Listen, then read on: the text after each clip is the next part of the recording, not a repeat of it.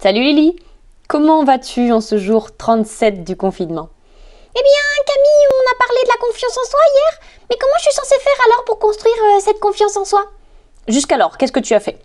Eh bien, en général, j'attendais d'avoir un peu plus confiance en moi pour faire des nouvelles choses et prendre des risques. Et pour justement avoir un peu plus confiance en moi, eh bien, j'essayais de me persuader que j'étais prête pour le faire. Et ça fonctionnait? À vrai dire, pas vraiment. Car au final, je me sens jamais prête. J'ai toujours l'impression que je n'ai jamais assez confiance en moi pour passer à l'action.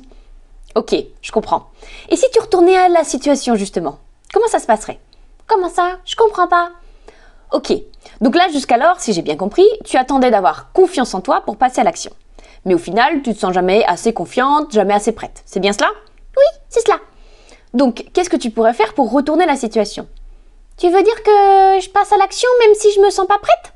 Même si j'ai l'impression de ne pas avoir confiance en moi? Oui, c'est ça. Mais si je rate, comment ça se passe? Est-ce que tu as déjà raté quelque chose? Est-ce que ça t'est déjà arrivé? Ah ben oui, bien sûr, même souvent. Et qu'est-ce que t'en as retiré? Ah ben, j'arrive toujours à essayer d'en retirer quelque chose, un enseignement, un petit pas en plus, ou même des rencontres. Ok, donc au final, si je comprends bien, à chaque fois que tu as tenté quelque chose, tu as avancé. Même les fois où tu as complètement raté ce que tu voulais faire au départ, c'est ça? Oui, en quelque sorte, on peut le voir comme ça. Et tu ne penses pas que justement, c'est comme ça que tu construis ta confiance en toi? C'est justement parce que tu as fait des choses, pris des risques, tenté des choses que ça a nourri ta confiance en toi? Ah, tu penses qu'en fait ça marche comme ça? Qu'au final, tu ne peux pas attendre d'avoir confiance en toi, de se sentir prête, mais d'y aller malgré tout, même si on a peur, malgré la sensation qu'on n'est pas prêt et que de toute façon on sera jamais prêt, et que c'est grâce à cela qu'on construit sa zone de confort?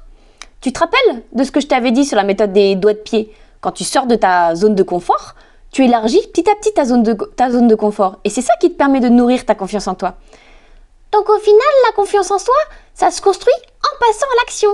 Et il ne faut pas attendre d'avoir confiance en soi pour passer à l'action.